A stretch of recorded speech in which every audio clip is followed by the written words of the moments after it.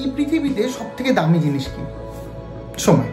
সময়ের উপরে দামি হয়তো অন্য কোনো কিছু নেই, কিন্তু তারপর যদি বলি আমার মতে হয়তো প্রেম বা ভালোবাসা। তবে এই দুই মিলে যদি কোনো কিছু পড়তে হয়, যেখানে সময় এবং প্রেম এই দুটো ওতপ্রোত জড়িত, এবং সময়টা যদি সামনে পেছনে এপাশ ওপাশ ধপাস হয়ে যায়, মানে আমি টাইম ট্রাভেলের কথা বলছি, তাহলে সেটা পড়তে কতটা সুন্দর লাগবে একটু ভাবুন। হ্যাঁ, আমি একটা বই রিসেন্টলি পড়লাম যেখানে টাইম ট্রাভেল এবং প্রেম এই দুটো জিনিসই রয়েছে, এবং সেই বইটা হলো তবুও সব দূরত্ব মুখস্থ, দেবার্জুন নাথ চক্রবর্তীর লেখা এই বইটা। তো আজকে আমি এই বইটা নিয়ে কথা বলবো। তো চলুন আজকের ভিডিও শুরু করা যাক। যদি প্রথমেই এই বইটার ব্লার্বে যেটা লেখা আছে সেটা আমি পড়ে শোনাই, তাহলে প্রেম, অপ্রেম, বিচ্ছেদ, ছকে বাঁধা আমাদের জীবন। তুমুল প্রেম, চূড়ান্ত ভালোবাসাবাসীর সাক্ষী থাকে এই প্রাচীন শহর। তবুও সব প্রেম কি পূর্ণতা পায়, নাকি বিচ্ছেদেই খুঁজে নিতে হয় জীবনের মানে? সবশেষে বিচ্ছেদই গড়ে তোলে এক অস্পর্শ প্রাচীর, চাইলেও যা আর ছোঁয়া যায় না, ফিরে পাওয়া যায় না সেই ভালোবাসার পরশ। আবার কখনো সময়প্রাপ্ত সারণী বেয়ে ছুটে এসে ভালোবাসায় বেঁধে বেঁধে রাখতে চায় আমাদের। আচ্ছা, প্যারালাল ইউনিভার্সেও কি একই থাকে প্রেমের ভাব, নাকি প্রতিটা ইউনিভার্সে বদলে বদলে যায় ভালোবাসার প্রকার? টাইম ট্রাভেলের ফাঁদে বন্দি থাকে কি প্রেমিকের মন, নাকি সময়ের পথ বেয়ে বহু দূরে বয়ে যায় সেই প্রেম, নাকি দূরত্বই বাঁচিয়ে রাখে ভালোবাসার ওন? তাই কি তোমার আমার সব দূরত্বই আজ মুখস্থ? এই বইয়ের দুই মলাটেই রয়েছে সেই উত্তর। এই বইতে রয়েছে 6টা গল্প এবং প্রচুর কবিতা। দেখতে পাচ্ছেন এখানে রয়েছে কবিতার লিস্ট এবং আছে 6টা গল্প।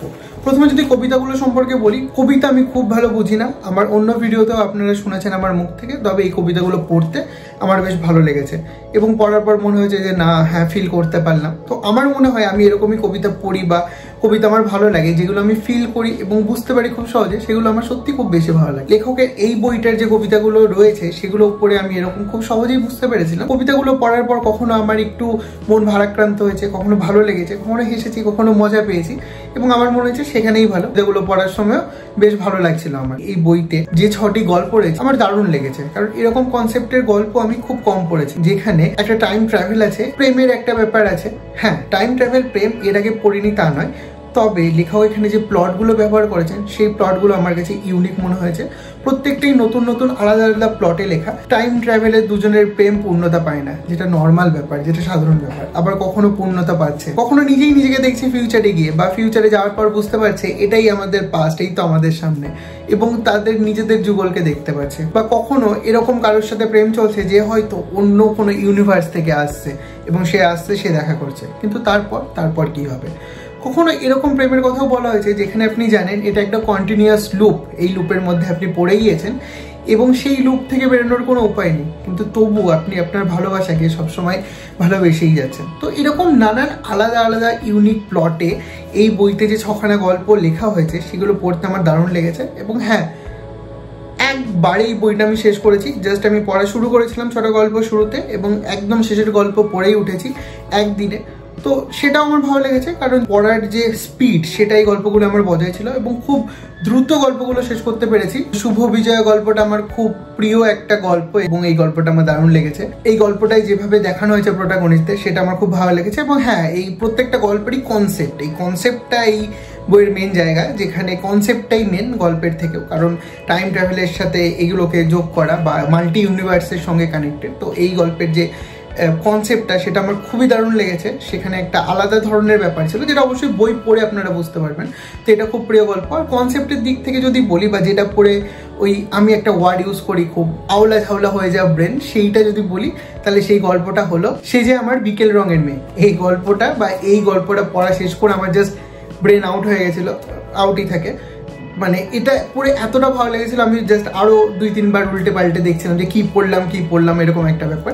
তো দারুণ লাগছিল। এই বইয়ের শেষ গল্পের কথা যদি বলি, তবুও সব দূরত্ব মুখস্থ, এই গল্পটা পড়ার পরেও আমার জাস্ট দারুণ মনে হয়েছে। এবং এখানে খুব বেসিক একটা কনসেপ্ট ব্যবহার করা হয়েছে টাইম ট্রাভেলের জন্য, কিন্তু দারুণ একটা জিনিস। এখানে একটা লুপই দেখানো হয়েছে, জাস্ট একটা বাটন বা একটা সুইচ এবং তারপরেই লুপ, কিন্তু সেই লুপটা কি বা সেই গল্পটা পড়ে আমার এতখানি ভালো লাগছে সেটা জানার জন্য অবশ্যই এই বইটা আপনাদের পড়তে হবে, কারণ সবই ছোট গল্প। যদি আমি গল্প সম্পর্কে বলে দিই তাহলে পড়ার আগ্রহ থাকবে না, এই গল্পগুলো বলছি না।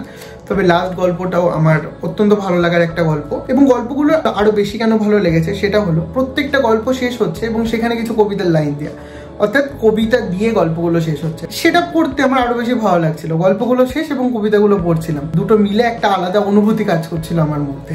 তো এইখানে লেখক যেভাবে গল্পের শেষে কবিতাগুলো ব্যবহার করেছেন বা কবিতার লাইনগুলো তুলে ধরেছেন, সেগুলো আমার কাছে জাস্ট দারুণ লেগেছে। হ্যাঁ, বইয়ে প্রিন্টিং মিস্টেক কিছু কিছু রয়েছে, সেগুলো বাদ দিলে আমার ভালো লেগেছে বইটা।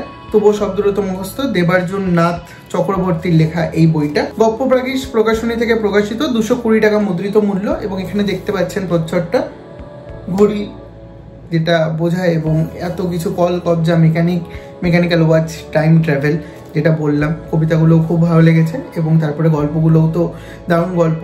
যেখানে হয়তো একটা জায়গায় আমার একটু আফসোস রয়ে যাচ্ছে, কারণ এখানে একটা জায়গায় দেখানো হয়েছে যে ইন্ডিয়া 4টে ওয়ার্ল্ড কাপ পেয়ে গেছে, তো খুব কাছে গিয়েও পাইনি এবছর। সেটা পড়তে গিয়ে আমার খুব খারাপ লাগছিল। হয়তো টাইম ট্রাভেলে দেখানো হয়েছিল যে পেয়ে গেছে অলরেডি ইন্ডিয়ার কাছে 4টে world cup, but it hurts, really hurts. সেটা না হলেই ভালো হতো। যদি সত্যি ওইখানে গিয়ে লেখকের ভবিষ্যবাণীটা মানে ঠিক হতো, তাহলে আরও বেশি ভালো লাগতো। তো যাদের ইচ্ছা এরকম বই পড়ার, গল্প পড়ার এবং কবিতাগুলো পড়ার, তারা অবশ্যই বইটা পড়ে দেখুন এবং আশা করি ভালো লাগবে আপনাদের। এবং পড়া হয়ে গেলে অবশ্যই কমেন্ট করে জানান।